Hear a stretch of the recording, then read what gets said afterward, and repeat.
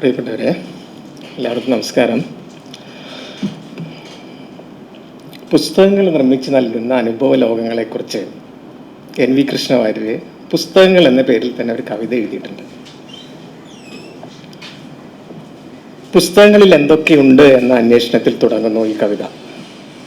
വിസ്മയം, വിജ്ഞാനം, ആനന്ദം എന്നിവ പ്രദാനം ചെയ്യുന്ന പാരായണ രൂപങ്ങളാണ് പുസ്തകം എന്ന ഉത്തരം എൻ വി കവിതയിൽ കണ്ടെത്തുന്നു.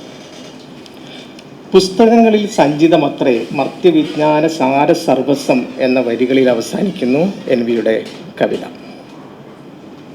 മുദ്രിത ലോകങ്ങളൊക്കെ നിർമ്മിച്ച ഈ ആധുനികതയുടെ ലോകബോധത്തിൻ്റെ ഉള്ളിൽ നിന്നിട്ടാണ് എൻ വിക്ക് ഇങ്ങനെ ഒരു വരി എഴുതാൻ കഴിയുന്നത്. പുസ്തകം കേവലം അനുഭൂതി നിർമ്മിതിയുടെയും വൈജ്ഞാനിക നിർമ്മിതിയുടെയും കേവല രൂപമായിട്ട് മാത്രം പുസ്തകത്തെ കാണാൻ പറ്റുമോ? അതാണ് ഞാൻ നിങ്ങളുടെ മുമ്പിലേക്ക് ഉന്നയിക്കുന്ന ഒരു ചോദ്യം. ഗുട്ടൻബർഗ് ഗാലക്സി എന്നൊക്കെ അറിയപ്പെടുന്ന ആധുനികതയുടെ പ്രപഞ്ച രഹസ്യങ്ങൾ ഉള്ളിലൊതുക്കുന്ന അക്ഷരത്തിൻ്റെ അച്ചുകല, അതിൻ്റെ ഏറ്റവും മൂർത്ത രൂപമായ പുസ്തകത്തിൻ്റെ ചരിത്രം മതപരവും ലിംഗപരവും വംശപരവും സാങ്കേതികപരവും സാമ്പത്തികപരവുമായ നിരവധി സംസ്കാര മണ്ഡലങ്ങളുടെ കൂടി ഒരു ചരിത്രം അതിൻ്റെ ഉള്ളിൽ ഉള്ളടങ്ങിയിട്ടുണ്ട് എന്ന് നമ്മൾ സാമാന്യമായിട്ട് ഇന്ന് മനസ്സിലാക്കപ്പെടേണ്ടതുണ്ട്. നമ്മളിപ്പോൾ വിവർത്തന പഠനം എന്ന് പറയുന്ന ഒരു ജ്ഞാനശാഖയിലെ ഒരു ടേം ഉപയോഗിച്ചിട്ട് അതിനെ പറയുകയാണെങ്കിൽ ഒരു ബഹുവ്യവസ്ഥയുടെ ഉള്ളിലാണ് പുസ്തകം എപ്പോഴും, അല്ലെങ്കിൽ പുസ്തകങ്ങൾ എപ്പോഴും ജീവിക്കുന്നത്. കുറച്ചുകൂടി ഞാൻ വിശദീകരിച്ച് പറയാം. അത് ഈ പുസ്തക ചരിത്രം എന്ന വൈജ്ഞാനിക ശാഖയെ നിങ്ങൾക്ക് മുമ്പിൽ അവതരിപ്പിച്ചുകൊണ്ട് കുറച്ചുകൂടെ കാര്യങ്ങൾ ഞാൻ നിങ്ങളുടെ മുമ്പിലേക്ക് അവതരിപ്പിക്കാം.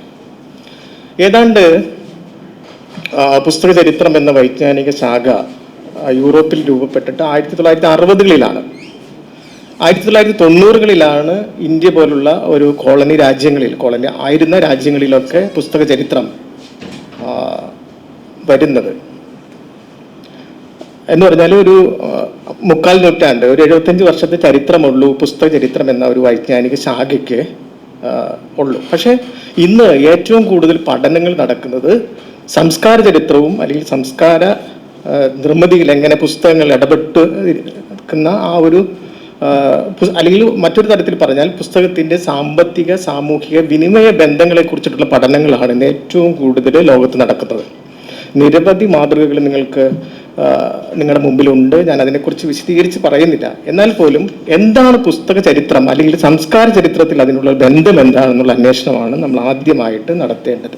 സാമാന്യമായിട്ട് നിങ്ങൾക്ക് പറയാം, പുസ്തകങ്ങളുടെ അല്ലെങ്കിൽ നമ്മൾ ഒറ്റ ഇതിൽ വ്യാഖ്യാനിക്കുകയാണെങ്കിൽ പുസ്തകങ്ങളുടെ ചരിത്രം, അല്ലെങ്കിൽ ഇപ്പോൾ നമ്മളുടെ എല്ലാ വ്യക്തികൾക്കും ഒരു ചരിത്രമുള്ള പോലെ പുസ്തകങ്ങളുടെ നിലനിൽക്കുന്ന ഒരു ചരിത്രത്തെ ബന്ധിപ്പിക്കുന്ന ഒരു പദസൂചകമായിട്ട് വേണമെങ്കിൽ നമുക്ക് പുസ്തക ചരിത്രത്തെ നോക്കിക്കാണാം.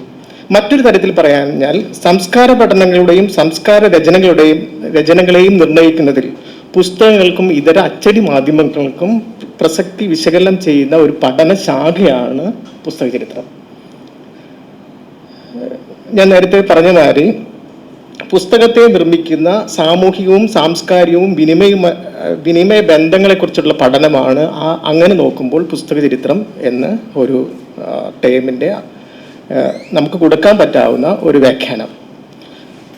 സംസ്കാര ചരിത്രത്തിൽ അതിനുള്ള ബന്ധം എന്താണെന്ന് ചോദിച്ചു കഴിഞ്ഞാൽ, പുസ്തക പഠിതാവും മാധ്യമ പഠിതാവുമായ ഡാർട്ടൺ, പേര് ചിലപ്പോൾ നിങ്ങൾ കേട്ടിട്ടുണ്ടാവും, 1980-കളിൽ what is history of book എന്ന് പറയുന്ന അദ്ദേഹത്തിൻ്റെ ഒരു ഗവേഷണ പ്രബന്ധത്തിൽ അദ്ദേഹം സംസ്കാര ചരിത്രവും പുസ്തക ചരിത്രവും തമ്മിൽ ബന്ധപ്പെടുത്തിയിട്ട് ഇങ്ങനെ ഒരു വാചകം എഴുതുന്നുണ്ട്. The history of book must be international in scale but interdisciplinary in methods എന്നാണ് പറയുന്നത്.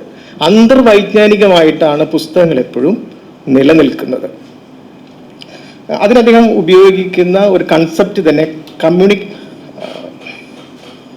കമ്മ്യൂണിക്കേഷൻ സർക്യൂട്ട്, വിനിമയ ശൃംഖല എന്ന് പറയുന്ന ഒരു പരികല്പനയാണ് അദ്ദേഹം കൊണ്ടുവരുന്നത്.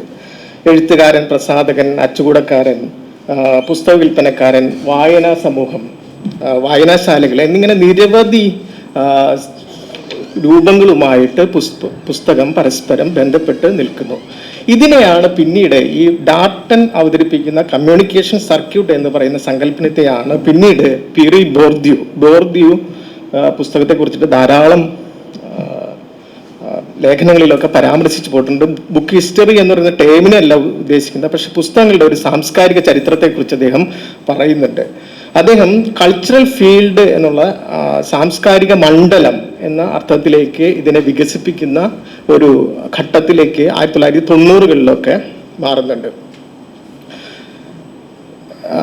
നമ്മളിപ്പോൾ സംസ്കാര പഠനത്തിൽ പറയുന്ന സർക്യൂട്ട് ഓഫ് കൾച്ചർ എന്ന് പറയുന്ന ആ രീതിയിലേക്ക് പുസ്തക ചരിത്രത്തിൻ്റെ ഒരു വികാസം നടക്കുന്ന ഒരു ഘട്ടത്തെക്കുറിച്ചിട്ടാണ് ഞാൻ പറഞ്ഞത്. ഞാൻ പറഞ്ഞു വന്നത് ഇത്രയേ ഉള്ളൂ. പുസ്തകം നിലനിൽക്കുന്നത് പലതരത്തിലുള്ള പഠന മേഖലകളുമായി ബന്ധപ്പെട്ടാണ്. അത് കമ്മ്യൂണിക്കേഷൻ പഠനങ്ങളാണ്, സാങ്കേതിക പഠനങ്ങളാണ്, സാമൂഹ്യ പഠനങ്ങളാണ്, മാധ്യമ പഠനങ്ങളാണ്, ആഖ്യാന പഠനങ്ങളാണ്. ഇങ്ങനെ നിരവധി പഠന മേഖലയുമായി ബന്ധപ്പെട്ട് നിൽക്കുന്ന ഒരു വിജ്ഞാന ശാഖയാണ് പുസ്തക ചരിത്രം. ഇനി ഒരു 2-3 പഠനങ്ങളെ ബന്ധപ്പെടുത്തിക്കൊണ്ട് ഞാൻ അതിനെ കുറിച്ചിട്ട് കുറച്ച് കാര്യങ്ങൾ കൂടി പറയാം.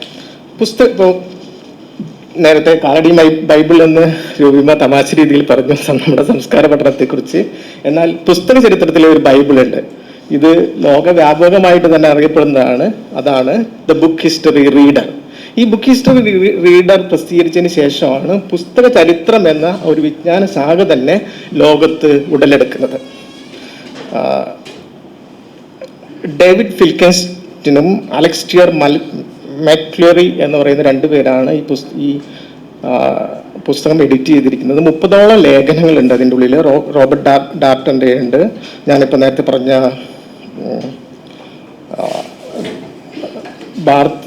ബാർത്തിൻ്റെ ഉണ്ട്, മിഷേൽ ഫൂക്കോ, അങ്ങനെ കുറേ പുസ്തകത്തെക്കുറിച്ച് അതുവരെ നിലനിന്നിരുന്ന അല്ലെങ്കിൽ പുസ്തകവും സംസ്കാര ചരിത്രവുമായി ബന്ധപ്പെട്ട് അതുവരെ പ്രത്യേകിച്ച് ഇംഗ്ലീഷ് ലാംഗ്വേജിൽ ഉണ്ടായിരിക്കുന്ന എല്ലാ പുസ്തകങ്ങളെയും കുറിച്ചിട്ടുള്ള ലേഖനങ്ങളെ കുറിച്ചിട്ടുള്ള ക്രോഡീകരണമാണ് ഈ പുസ്തകം.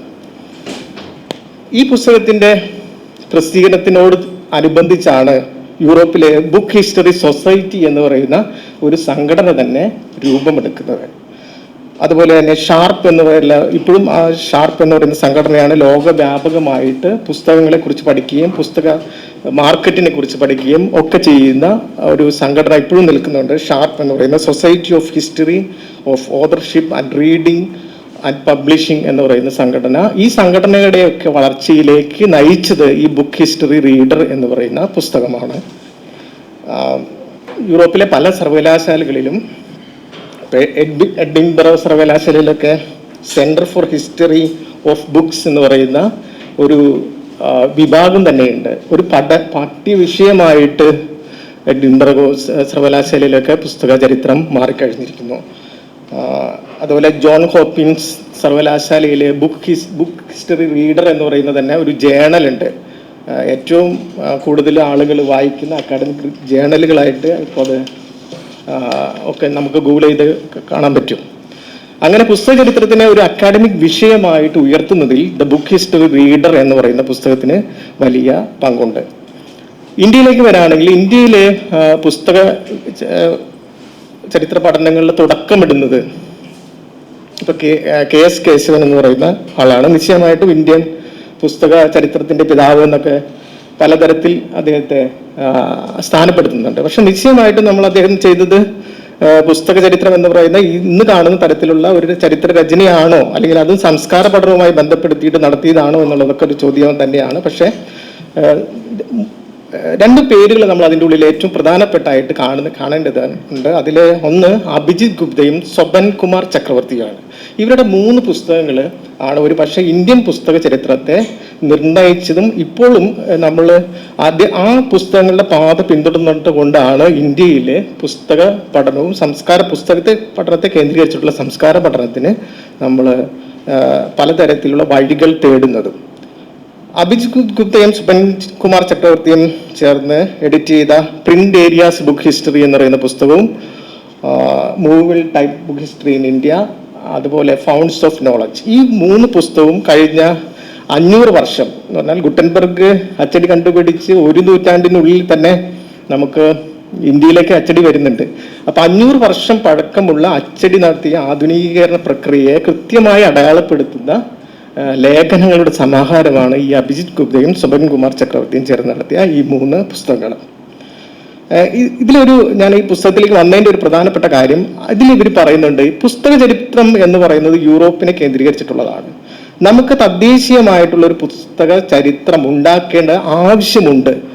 ഇപ്പം വളരെ കാലം കോളനിവൽക്കരിക്കപ്പെട്ട ഒരു രാജ്യത്തിന്, അല്ലെങ്കിൽ നിരവധി ഭാഷാ സംസ്കൃതിയുള്ള ഒരു രാജ്യത്തിന് കൃത്യമായിട്ടുള്ള ഒരു പുസ്തക സംസ്കാരം, അല്ലെങ്കിൽ ഒരു 3ാം ലോക പുസ്തക സംസ്കാരത്തെ നിർമ്മിച്ചെടുക്കേണ്ട ആവശ്യമുണ്ട് എന്നുള്ള ഒരു ചോദ്യവും അതിനുള്ള ശ്രമങ്ങളും അവർ നടത്തിയിട്ടുണ്ട് എന്നുള്ളതാണ് ഈ പുസ്തക പ്രസാധന ചരിത്രത്തിൽ ഈ പുസ്തകത്തിനുള്ള ഏറ്റവും പ്രധാനപ്പെട്ട ഒരു പങ്ക്.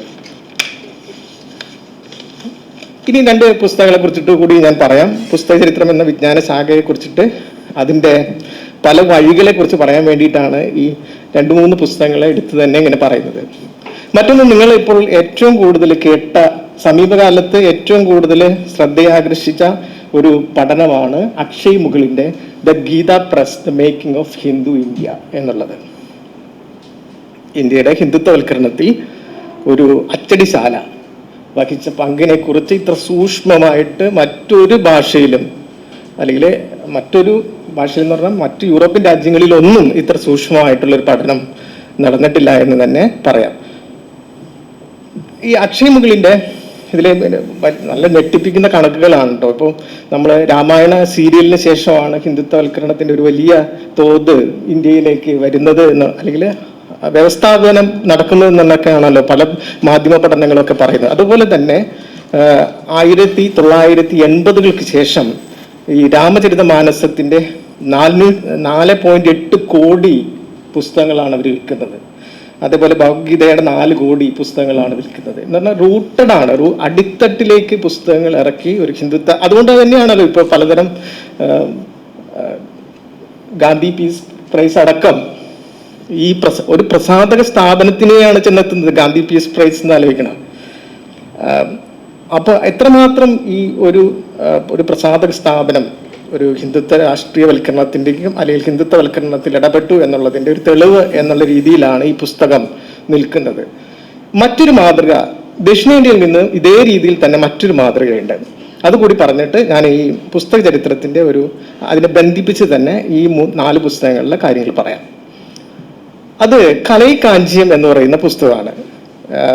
വെങ്കിടാചലപതി ഒരുപക്ഷെ ഇന്ത്യൻ പുസ്തക ചരിത്രത്തിൻ്റെ ഇന്ത്യൻ പുസ്തക ചരിത്രത്തെ സംസ്കാര പഠനത്തോട് ബന്ധപ്പെടുത്തി ധാരാളം അന്വേഷണങ്ങൾ നടത്തുന്ന ഒരു സ്കോളർലി ആയിട്ടുള്ള ഒരു ആളാണ് AR വെങ്കിടാചലപതി. അദ്ദേഹം കലൈകാഞ്ചിയം എന്ന് പറഞ്ഞാൽ ഇന്ത്യയിലെ ആദ്യത്തെ വിജ്ഞാനകോശമാണ്. ഇന്ത്യയിൽ ആദ്യം ഇറങ്ങുന്ന വിജ്ഞാനകോശം തമിഴിലാണ്. 10 വോളിയമായിട്ടാണ് ഈ കലൈകാഞ്ചിയം ഇറങ്ങുന്നത്. ഈ കലൈകാഞ്ചിയത്തെ കുറിച്ച് അദ്ദേഹം ഈ റീസെന്റ് ആയിട്ട് അദ്ദേഹം ഇറക്കിയ പുസ്തകമാണ് the brief history of a very big book, the making of Tamil encyclopedia എന്നാണ്. നോക്കുമ്പോൾ ഒരു സർവ്വവിജ്ഞാനകോശം, അല്ലെങ്കിൽ മറ്റൊരർത്ഥത്തിൽ പറഞ്ഞാൽ തമിഴ് ഭാഷാ ദേശീയതയെ ഉറപ്പിച്ചെടുത്ത, അല്ലെങ്കിൽ തമിഴ് ഭാഷയുടെ വൈജ്ഞാനിക പദവിയെ ഉയർത്തിക്കാട്ടിയ ഒരു ചെറിയ പുസ്തകം, ഒരു ചെറിയ പുസ്തക പരമ്പര. ഇതെങ്ങനെ ഇന്ത്യയിലെ വലിയൊരു പുസ്തക ചരിത്രത്തിന്റെ മാതൃകയാകുന്നു എന്നുള്ളതിൻ്റെ ഒരു കാര്യമാണ് അതിൻ്റെ ഉള്ളിൽ അടങ്ങിയിരിക്കുന്ന അതിൻ്റെ പ്രസിദ്ധീകരണ സമയങ്ങളും സന്ദർഭങ്ങളും.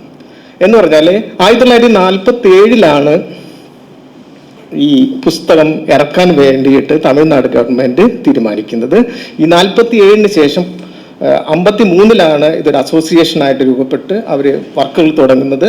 1954 മുതൽ 63 വരെ വർഷത്തെ 10 വർഷം കൊണ്ടാണ് ഈ പുസ്തകങ്ങൾ ഇറങ്ങുന്നത്. ഈ 10 വർഷത്തിൻ്റെ ഉള്ളിൽ കോൺഗ്രസ് രാഷ്ട്രീയത്തിന് അവിടെ സംഭവിക്കുന്ന വലിയ തരത്തിലുള്ള അധപ്പതനം എന്നല്ല, കോൺഗ്രസ് രാഷ്ട്രീയത്തിൽ നിന്ന് ആളുകൾ മാറി DMK-യിലേക്കൊക്കെ മാറിയ DMK ഒരു വലിയ പ്രസ്ഥാനമായിട്ടൊക്കെ രൂപപ്പെടുന്നു. ഈ DMK പ്രസ്ഥാനത്തിൻ്റെ DMK പതുക്കെ രാഷ്ട്രീയം മുന്നണിയായിട്ട് വരുന്ന സന്ദർഭത്തിലാണ് ഈ പുസ്തകത്തിൻ്റെ അവസാനത്തെ 2 വോളിയം ഇറങ്ങുന്നത്. അപ്പോൾ ഒരു രാഷ്ട്രീയ സന്ദർഭത്തെ പുസ്തക പ്രസാദനവും അല്ലെങ്കിൽ പുസ്തക സംസ്കാരവുമായി ബന്ധപ്പെടുത്തി പഠിച്ചു എന്നുള്ളതാണ് ഈ ഞാൻ നേരത്തെ പറഞ്ഞു വന്ന പുസ്തക ചരിത്രം എന്ന് പറയുന്ന വൈജ്ഞാനിക മേഖലയിലെ പല വഴികൾ തിരിയുന്നത്. ഇപ്പം നിങ്ങൾ ആലോചിക്കൂ, ദ ബുക്ക് ഹിസ്റ്ററി റീഡർ എന്ന് പറയുന്നത് യൂറോപ്പിലെ പല ഭാഷകളിലും ഉള്ള പുസ്തക സംസ്കാരത്തെ കുറിച്ചിട്ടുള്ള പഠനങ്ങളായിരുന്നുവെങ്കിൽ ഞാൻ നേരത്തെ പറഞ്ഞ അഭിജിത് ഗുപ്തയുടെയും സ്വപൻ കുമാർ ചക്രവർത്തിയുടെയും പുസ്തകങ്ങൾ ഇന്ത്യയിലെ ആധുനികീകരണ പ്രക്രിയയെക്കുറിച്ചിട്ടുള്ള അല്ലെങ്കിൽ അച്ചടി ഉണ്ടാക്കിയ ആധുനികത്വത്തെക്കുറിച്ചിട്ടുള്ള പഠനങ്ങളാണെങ്കിൽ അക്ഷയമുകളിലേക്ക് എത്തുമ്പോൾ അതൊരു പ്രസ്സിനെ കേന്ദ്രീകരിച്ചിട്ടുള്ള പഠനങ്ങളായി മാറുന്നു. നമ്മുടെ AR വെങ്കടാചലപതിയിലേക്ക് എത്തുമ്പോൾ ഒറ്റ പുസ്തകത്തിലേക്ക് എത്തുന്നു. അപ്പൊ പല ഇതിലേക്ക് ചിതറിത്തിറക്കുന്ന ഒരു വൈജ്ഞാനിക ശാഖയ്ക്കുള്ളിലാണ് പുസ്തക ചരിത്രം നിൽക്കുന്നത് എന്ന് സൂചിപ്പിക്കാൻ വേണ്ടിയിട്ടാണ് ഈ 3 ഉദാഹരണങ്ങൾ ഞാൻ പറഞ്ഞത്. നിങ്ങൾക്കറിയാം, ഇപ്പോൾ ഒരു പക്ഷേ അതിനുശേഷം പറയും അച്ചടി ഉണ്ടാക്കിയ ആധുനികത്വം എങ്ങനെയായിരുന്നു എന്നൊക്കെ ഉള്ളത്. ദ ഗുട്ടൻബർഗ് ഗാലക്സി എന്ന ടെക്സ്റ്റിൽ മാർഷൽ മക്ലൂഹൻ പറയുന്നുണ്ട്, ഈ സാങ്കേതിക വിദ്യ എന്നല്ലോ ടെക്നോളജി എന്ന രീതിയിലും മാധ്യമം എന്ന രീതിയിലും മീഡിയ എന്ന രീതിയിലും സാംസ്കാരിക രൂപം എന്ന രീതിയിലുമൊക്കെ അച്ചടി പ്രവർത്തിച്ചതിനെ കുറിച്ചിട്ടാണ് ഈ പുസ്തകം വിശദീകരിക്കുന്നത്. മക്ലൂഹിനെ കുറച്ചുകൂടെ അല്ലെങ്കിൽ മക്ലൂഹിനെ ഉന്നയിക്കുന്ന വാദങ്ങളെ കുറച്ചുകൂടെ ഇത് ചെയ്ത് മാധ്യമ പഠിതാവായ ജേർണലിസത്തിനൊക്കെ കുറച്ചുകൂടെ പുസ്തകങ്ങളൊക്കെ എഴുതിയിട്ടുള്ള ഇയാൻ ഗ്രീവ്സ് എന്ന് പറയുന്ന ഒരു സൈദ്ധാന്തികൻ ഈ പുസ്തകങ്ങൾ പിന്നിട്ട 5 ഘട്ടങ്ങളെ കുറിച്ചിട്ട് പറയുന്നുണ്ട്. അദ്ദേഹം പറയുന്നത് ഈ ഗുട്ടൻബർഗ് അച്ചടി കണ്ടുപിടിച്ച 1455 മുതൽ ഫ്രഞ്ച് വിപ്ലവം വരെയുള്ള കാലത്തെ അദ്ദേഹം പുസ്തകങ്ങളുടെ 1ാം ഘട്ടമായിട്ടാണ് കാണുന്നത്. നിശ്ചയമായിട്ട് ഈ ഘട്ടത്തിലാണ് ഒരു പക്ഷേ ഇപ്പം നിങ്ങൾ മാർട്ടിൻ ലൂതർ എന്നൊക്കെ പറയുന്ന ആളുകളെയൊക്കെ കേട്ടിട്ടുണ്ടാവും. മാർട്ടിൻ ലൂതർ ഇപ്പം ഞാൻ തന്നെ പറഞ്ഞ് ക്ലാസ്സുകളിൽ പറഞ്ഞിട്ടൊക്കെ കേട്ടിട്ടുണ്ടാവും. മാർട്ടിൻ ലൂതർ ഈ അറിയാലോ, ലത്തീനിൽ നിന്ന് ജർമ്മനിലേക്ക് ബൈബിൾ ട്രാൻസ്ലേറ്റ് ചെയ്തു, മാതൃഭാഷയിലേക്ക് ബൈബിൾ ട്രാൻസ്ലേറ്റ് ചെയ്തു. അതുവരെ നിലനിന്ന ഒരു ബൈബിളിന്റെ ആധികാരികമായ വ്യാഖ്യാതാവ് ആരാണ് എന്നുള്ള ചോദ്യത്തെയാണത് മാറ്റി നിർത്തിയത്. എന്ന് പറഞ്ഞാലും ബൈബിൾ പുരോഹിതരല്ല വ്യാഖ്യാനിക്കേണ്ടത്, ഓരോ വിശ്വാസിയും സ്വയം വായിച്ചിട്ടാണ് ബൈബിൾ വ്യാഖ്യാനിക്കേണ്ടത്, അവരാണ് അതിൻ്റെ അർത്ഥതലങ്ങൾ കണ്ടെത്തേണ്ടത് എന്നുള്ള ഒരു രീതിയിലേക്ക് മാർട്ടിൻ ലൂതർ കൊണ്ടുവന്നു. ഞാൻ പറഞ്ഞു വെച്ചാൽ ആ വശത്തെ അല്ല. ഇപ്പോൾ ഭാഷാ നവീകരണത്തിലും ഭാഷയുടെ ആധുനീകരണത്തിലും ഒക്കെ മാർട്ടിൻ ലൂതർ ഇടപെട്ട രീതിയല്ല ഞാൻ പറയുന്നത്. ഒരു പുസ്തക എഴുത്തുകാരൻ അല്ലെങ്കിൽ ഒരു പബ്ലിഷർ എന്ന നിലയിൽ മാർട്ടിൻ ലൂതർ എങ്ങനെ പ്രവർത്തിച്ചു എന്നുള്ളതാണ്.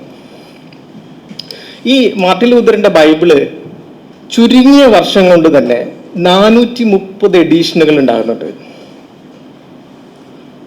ബൈബിളിന്. അതുകൊണ്ടാണ് മക്ലൂഹൻ ഒരിക്കൽ പറയുന്നുണ്ട്, ലോകത്തിലെ ആദ്യത്തെ ബെസ്റ്റ് സെല്ലർ മാർട്ടിൻ ലൂതറാണ്. ഈ നമ്മളിപ്പോൾ അവാർഡൊക്കെ കൊടുക്കാം പലർക്കും. ഈ പുസ്തക ചരിത്രത്തെ കുറിച്ചൊക്കെ പറയുമ്പോൾ രസകരമായിട്ടുള്ള പല ഇതുണ്ട്. കഴിഞ്ഞ ദിവസം അജയ് മാഷോടൊക്കെ ഞാൻ പറയുമ്പോൾ അങ്ങനെ സംസാരിച്ചപ്പോൾ ഒരു കാര്യം പറയാം. യൂണിവേഴ്സിറ്റികൾ പുസ്തകം ഇറക്കുന്നുണ്ട് 500 വർഷം മുമ്പ്.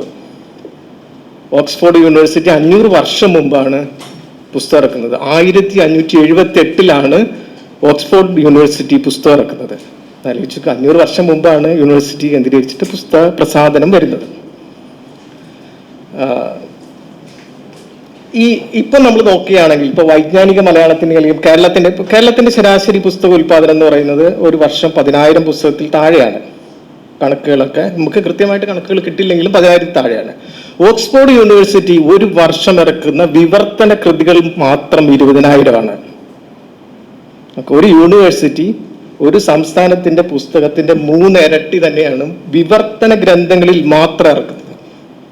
അപ്പോൾ സർവകലാശാല പ്രസിദ്ധീകരണങ്ങൾക്കൊക്കെയുള്ള ഈ സംസ്കാര പഠനത്തിലും അല്ലെങ്കിൽ സമൂഹത്തിലൊക്കെ ഉള്ള ഒരു പങ്കിനെ കുറിച്ചിട്ട് നമുക്ക് ആലോചിക്കാവുന്നത്. ഇത് വളരെ കൗതുകരമായിട്ടുള്ള കാര്യങ്ങളുണ്ട് കേട്ടോ അതിൻ്റെ ഉള്ളിൽ. ഒന്ന്, ഈ ഓക്സ്ഫോർഡ് യൂണിവേഴ്സിറ്റി പ്രസിന്റെ അവതാരികയിൽ പറയുന്നു, ഈ ഏത് വൈസ് ചാൻസലർക്കാണ് പുസ്തകം ഇറക്കാനുള്ള പൂർണ്ണ അധികാരം അതിൻ്റെ ഉള്ളിൽ. അപ്പോൾ ഈ വൈസ് ചാൻസലർക്ക് പുസ്തകം ഇറക്കുന്നതിൽ എന്തെങ്കിലും വീഴ്ച വരുത്തിയിട്ടുണ്ടെങ്കിൽ കേസൊന്നല്ല എടുക്കുന്നത്, ലേഡി മാർഗ്രറ്റ് എന്ന് പറയുന്ന ഒരു പദവി കൊടുക്കും. ഈ പദവിയാണ് ഏറ്റവും ഈ പദവി കിട്ടിയ വൈസ് ചാൻസലർ ആകൂടി ഒരാളുള്ളൂ എന്നാണ് ഓക്സ്ഫോർഡ് യൂണിവേഴ്സിറ്റിയുടെ ചരിത്രത്തിൽ പറയുന്നത്. അപ്പോൾ കേരളത്തിലെ ഇങ്ങനെ ഒരു അവാർഡ് കിട്ടി കൊടുത്തു കഴിഞ്ഞാൽ കേരളത്തിലെ എത്ര വൈസ് ചാൻസലർമാർക്ക് ഈ ലേഡി മാർഗ്രറ്റ് എന്ന് പറയുന്ന അവാർഡ് കിട്ടും എന്നുള്ള രീതിയിൽ നിങ്ങൾ പരസ്പരം ആലോചിക്കും. ഞാൻ പറഞ്ഞു തന്ന ഇത്രയേ ഉള്ളൂ. ഒരു പ്രസാധകന്റെ സംഘത്തെക്കുറിച്ച് അല്ലെങ്കിൽ ഓക്സ്ഫോർഡ് യൂണിവേഴ്സിറ്റി എന്ന് പറയുന്ന പ്രസ്സിനെ മുൻനിർത്തിയിട്ടുള്ള വളരെ ആയിട്ടുള്ള ഡീറ്റെയിൽ ആയിട്ടുള്ള പഠനത്തെ കുറിച്ചിട്ടാണ് ഞാൻ പറഞ്ഞത്. സാന്ദർഭികമായിട്ട് പറഞ്ഞു വന്നെന്ന് മാത്രമേ ഉള്ളൂ. മാർട്ടിൻ ലൂതറിനെ കുറിച്ചിട്ടാണ് പറഞ്ഞത്. മാർട്ടിൻ ലൂതർ ആണ് ലോകത്തിലെ ആദ്യത്തെ ബെസ്റ്റ് സെല്ലർ എന്ന് പറയുന്ന മക്ലൂഹൻ അടയാളപ്പെടുത്തുന്നത്. നിങ്ങൾക്കറിയാം, നവോത്ഥാനം, പ്രബുദ്ധത ഒക്കെ അവസാന വാചകമായിട്ട് ഇന്ന് നിൽക്കുന്നത് മാർട്ടിൻ ലൂതറിലാണ്. ഈ മാർട്ടിൻ ലൂതറിന്റെ മതനവീകരണ പ്രവർത്തനങ്ങൾ പിന്നീട് പ്രവർത്തിക്കുന്ന ഒരു സന്ദർഭമുണ്ട്. ഇത് വിക്ടർ ഹ്യൂഗോയുടെ നോത്രഡാമിലെ കൂന എന്ന് പറയുന്ന നോവല് നിങ്ങൾ വായിച്ചിട്ടുണ്ടാവും. ഇതിൻ്റെ ഉള്ളില് എങ്ങനെയാണ് മാർട്ടിൻ ലൂതർ പ്രവർത്തിക്കുന്നത് എങ്ങനെയാണെന്ന് ഒരു കഥാസന്ദർഭം മാത്രം മുൻനിർത്തിയിട്ട് ഞാൻ അതിനെ ഒന്ന് വിശദീകരിക്കാം. ഈ നോവലില് നോത്രഡാം പള്ളിയുടെ ഓട് ചേർന്ന് എടുക്കുന്ന ഒരു വലിയ മാനുസ്ക്രിപ്റ്റ് ലൈബ്രറിയെ കുറിച്ച് പറയുന്നുണ്ട്. ഈ മാനുസ്ക്രിപ്റ്റ് ലൈബ്രറിയുടെ സൂക്ഷിപ്പുകാരനായിട്ട് ഒരു ജ്ഞാനവൃദ്ധനുണ്ട്. ഈ ജ്ഞാനവൃദ്ധൻ ഓരോ ദിവസവും ഈ മാനുസ്ക്രിപ്റ്റ് ലൈബ്രറി ഇങ്ങനെ കൃത്യമായിട്ട് അടക്കി ഒതുക്കി വെച്ച് അതിൻ്റെ ഗന്ധം ആസ്വദിച്ച് ഇങ്ങനെയൊക്കെ നിൽക്കും. കുറേ നേരം ജനലുകൾ തുറന്നിട്ടിട്ട് ദൂരെ നോർത്തഡാം പള്ളിയെ നോക്കി, പാരീസിൽ നോർത്തഡാം പള്ളിയെ നോക്കി അദ്ദേഹം നിൽക്കും. ഒരു ദിവസം അദ്ദേഹത്തിന്റെ അടുത്തേക്ക് അദ്ദേഹത്തിന്റെ ഒരു പരിചാരകൻ ഒരു തുകൽ പെട്ടി കൊണ്ടുവന്ന് വയ്ക്കുന്നു. അദ്ദേഹം ആ തുകൽ പെട്ടി പതുക്കെ പൊളിക്കുന്നു. അത് ഒരു അച്ചടിച്ച പുസ്തകമാണ്. ആ പുസ്തകത്തിന്റെ തുകൽ ഭാഗം അദ്ദേഹം നനുത്ത സ്പർശത്തോടെ സ്പർശിക്കുന്നു എന്നാണ് എഴുതിയിരിക്കുന്നത്, വിക്ടർ ഹ്യൂഗോ എഴുതിയിരിക്കുന്നത്. ഒന്നും മിണ്ടുന്നില്ല ഈ ജ്ഞാനവൃത്തൻ ഈ പുസ്തകം കണ്ടിട്ട്. ഈ ജ്ഞാനവൃത്തൻ കുറച്ച് കഴിഞ്ഞിട്ട് പതിവ് പോലെ നോർത്തഡാം പള്ളിയുടെ ആ വിശാലമായ ജനലിൻ്റെ അടുത്ത് ഇരുന്നിട്ട് നോർത്തഡാം പള്ളിയെ നോക്കി കുറേ നേരം ഇങ്ങനെ ഇരുന്നതിന് ശേഷം വന്ന് അദ്ദേഹത്തിൻ്റെ പരിചാരകനോട് പറയും, ഈ പുസ്തകം ഈ പള്ളിയെ തകർക്കും. മാർട്ടിൻ ലൂതർ അച്ചടിച്ച ബൈബിളാണ്. പള്ളിയെ തകർക്കും എന്ന് പറയുന്നത് അതിനുശേഷം 1831 വന്ന നോവലിലാണ്. എങ്ങനെയാണ് പുസ്തക ചരിത്രത്തിന്റെ ചരിത്ര സഞ്ചാരം എന്ന് ഒന്ന് വിശദീകരിക്കാൻ വേണ്ടി മാത്രം ഞാൻ പറഞ്ഞു തന്നേ. ഒരു പുസ്തകത്തിന് പലതരത്തിലുള്ള ജീവിതമുണ്ട്. ആ ജീവിതത്തിന്റെ ഉള്ളിൽ നിന്നുകൊണ്ടാണ് പുസ്തകം ജീവിക്കുന്നത്. ഈ നിശ്ചയമായിട്ടും അദ്ദേഹം പറയുന്ന ഇയാൻ ഗ്രീവ്സ് പറയുന്ന രണ്ടാം ഘട്ടത്തിലാണ് കോളനി രാജ്യങ്ങളിലേക്കൊക്കെ അച്ചടി വരുന്നത്. കോളനി രാജ്യങ്ങളിലൊക്കെ ഞാൻ അതിന്റെ വിശദീകരിച്ച് ചർച്ച ഒന്നും പറയുന്നില്ല. കാരണം ഞാൻ നേരത്തെ പറഞ്ഞു, ഗുട്ടൻബർഗ് അച്ചടി കണ്ടുപിടിച്ച് ഒരു നൂറ്റാണ്ടിനുള്ളിൽ തന്നെ ഇന്ത്യയിലേക്ക് അച്ചടി എത്തുന്നുണ്ട്. പക്ഷെ ഒരു കാര്യം നമ്മൾ പറയണം, തദ്ദേശീയർ ഒരിക്കലും അച്ചടിയെ ഒരു വലിയ സാങ്കേതിക വിദ്യയായിട്ടോ അല്ലെങ്കിൽ അതിനെ ഉൾക്കൊള്ളാൻ തദ്ദേശീയർക്ക് വലിയ മടി തന്നെയായിരുന്നു. അത് 19ാം നൂറ്റാണ്ടിന്റെ അവസാനം വരെ ആയിരുന്നു എന്നാണ് നമുക്ക് മനസ്സിലാക്കാൻ കഴിയുന്നത്. ബംഗാളിന്റെ പുസ്തക ചരിത്രത്തെ കുറിച്ചിട്ടൊക്കെ എഴുതിയവർ നിരവധി ഇങ്ങനെയുള്ള സന്ദർഭങ്ങളെ കുറിച്ചിട്ടൊക്കെ വിശദീകരിക്കുന്നുണ്ട്. ഞാൻ അതിൻ്റെ ഉള്ളിലേക്കൊന്നും പോകുന്നില്ല. വില്യം കുറിയൊക്കെ പറയുന്നുണ്ട്, ഈ ബൈബിളൊക്കെ ദൈവികമാണെന്നൊക്കെ പറഞ്ഞെങ്കിലും ഈ അച്ചടി യന്ത്രത്തോടൊന്നും ആർക്കും ഒരു താല്പര്യമൊന്നും ഉണ്ടായിരുന്നില്ല. അവിടെ വിചാരിച്ചിരുന്നത് യൂറോപ്പിൽ ആചരിക്കുന്ന ഏതാണ്ട് ഒരു വിഗ്രഹത്തെ പോലെയാണ്. ഞാൻ പലപ്പോഴും പറഞ്ഞിട്ടുണ്ടാവും ക്ലാസ്സിലൊക്കെ. അങ്ങനെ ഞാൻ പറഞ്ഞു വന്നത്, കോളനി യൂറോപ്പിനും അമേരിക്കയ്ക്കും വെളിയിൽ ഏറ്റവും കൂടുതൽ അച്ചടി യന്ത്രവും അച്ചടി പുസ്തകങ്ങളും ഉണ്ടായിരുന്നത് ഇന്ത്യയിലാണ് കേട്ടോ. അപ്പം അതും നമ്മൾ ഈ ചർച്ചയുടെ ഉള്ളിലേക്ക് കൊണ്ടുവരണം. അത്രമാത്രം അച്ചടി സംസ്കാരം ഉണ്ടായിരുന്ന ഒരു രാജ്യമാണ് ഇന്ത്യ. ഈ ഞാൻ നേരത്തെ പറഞ്ഞ വലിയ മാനുസ്ക്രിപ്റ്റ് സംസ്കാരത്തിൻ്റെ ഉള്ളിൽ നിൽക്കുമ്പോഴും അച്ചടി സംസ്കാരവും അത്ര തന്നെ ഉണ്ടായിരുന്നു. അത് വലിയ രാജ്യമാണ്. ആ രാജ്യത്തിൻ്റെ നിങ്ങൾക്കറിയാലോ, അതിൻ്റെ പലതരത്തിലുള്ള സാംസ്കാരിക പ്രവർത്തനങ്ങളും അറിയാലോ. ഇപ്പോൾ ഈ ഗീവ്സ് പ്രയോഗിക്കുന്ന മൂന്നാമത്തെ ഘട്ടത്തിലാണ് കേരളം പോലുള്ള സ്ഥലങ്ങളിലേക്ക് അച്ചടി വ്യാപകമാകുന്നത്, 19ാം നൂറ്റാണ്ടിൻ്റെ അവസാനം. ഇവിടെ സംഭവിക്കുന്ന ഒരു കാര്യം എന്ന് പറഞ്ഞാൽ, കേരളം എന്ന് പറയുന്ന ദേശം അല്ലെങ്കിൽ മലയാളി എന്ന് പറയുന്ന ഒരു ജനസമൂഹം രൂപപ്പെടുന്നത് നമുക്ക് നിശ്ചയമായിട്ടും പറയാം അച്ചടി മാധ്യമങ്ങളിലൂടെയാണ്. കേരളം രൂപപ്പെടുന്നതിന് മുമ്പ് തന്നെ കേരളം എന്ന ദേശം ഭാവനാത്മകമായി തന്നെ നമ്മുടെ ഉള്ളിൽ പ്രവർത്തിക്കുന്നുണ്ട്. അല്ലേ? അത് തന്നെയാണ് ബെനഡിക്ട് ആൻഡേഴ്സൺ പറയുന്നത് ഇമാജിൻ കമ്മ്യൂണിറ്റി എന്നുള്ള രീതിയിൽ പറയുന്നത്. ഭാവനാത്മകമായിട്ട് നമ്മൾ കേരളത്തെ കണ്ടു. 1956 കേരളം യാഥാർത്ഥ്യമാവുന്നതിന് മുമ്പ് തന്നെ ഒരു ഭാവനാത്മകമായ സ്ഥലരാശി നമ്മൾ ഉണ്ടാക്കിയെടുക്കുന്നുണ്ട്. ഇത് അച്ചടിയിലൂടെയാണ്. ഇങ്ങനെ അച്ചടിയിലൂടെ നിർമ്മിച്ചെടുത്ത ഒരു കേരളത്തിന്റെ ഉള്ളിൽ ആണ് കേരളത്തിന്റെ പുസ്തക ചരിത്രവും പുസ്തക സംസ്കാരവും ഒക്കെ. ഇപ്പം ഞാൻ എപ്പോഴും പറയാറുണ്ട്, കേരളത്തിലെ പ്രസാധകർ നടന്ന വഴിയാണ് കേരളത്തിന്റെ ഭൂപടം. കേരളത്തിന്റെ പുസ്തക പ്രസാധകർ പുസ്തകം വെക്കാൻ നടന്ന വഴിയാണ് കേരളത്തിന്റെ യഥാർത്ഥ ഭൂപടം, അന്നത്തെ ഭൂപടം. മലബാറിലും കൊച്ചിയിലും തിരുവാങ്കൂറിലൊക്കെ വലിയ വലിയ പ്രസാധക സംഘങ്ങൾ രൂപപ്പെടുന്നു. കേരളം കുറച്ചുകൂടെ ആധുനികീകരിക്കപ്പെട്ട് വരുന്നു. ഗദ്യകേന്ദ്രിതമായിട്ടുള്ള പത്രങ്ങളും മാസികകളും ഉണ്ടാകുന്നു. പുതിയ ഒരു പൗര ഉദിച്ചു വരുന്നു. ഈ പുതിയ പൗരൻ വളരെ പ്രധാനപ്പെട്ടാണ് പുസ്തക സംസ്കാരത്തിലും. കേരളത്തിലെ ആദ്യകാലത്തെ പ്രസാധകരാരും ഉന്നത വിദ്യാഭ്യാസം നേടിയവരൊന്നുമല്ല. പക്ഷെ ബംഗാളിന്റെ കോണ്ടക്സ്റ്റ് അങ്ങനെ ആയിരുന്നില്ല എന്നാണ് പറയുന്നത്. ബംഗാളില് ഉന്നത വിദ്യാഭ്യാസം നേടിയ ആളുകൾ തന്നെയാണ് പുസ്തക പ്രസാധനത്തിലും ഒക്കെ നിന്നിരുന്നത്. കേരളത്തിന്റെ ഒരു കോണ്ടക്സ്റ്റിൽ അതല്ല. പക്ഷെ കേരളത്തിലെ പുസ്തകം വായിച്ചൊരു തലമുറയുണ്ട്. ആ ഒരു ഉദാഹരണോടെ ഞാൻ ഇതിൽ നിന്ന് തന്നെ ഒരു ഉദാഹരണം എടുക്കുകയാണെങ്കിൽ, ഇപ്പൊ തിരുവിതാംകൂറാണ് ഏറ്റവും ആ കാലത്തെ സാക്ഷരത്തിലൊക്കെ ഇന്ത്യയിലെ ഏറ്റവും പ്രബലമായിട്ട് നിന്ന രാജ്യം. വായന സമൂഹത്തിന്റെയും ഒക്കെ കാര്യമെടുത്താൽ തിരുവിതാംകൂർ ഇന്ത്യയിലെ വലിയൊരു മാതൃക തന്നെയാണ്.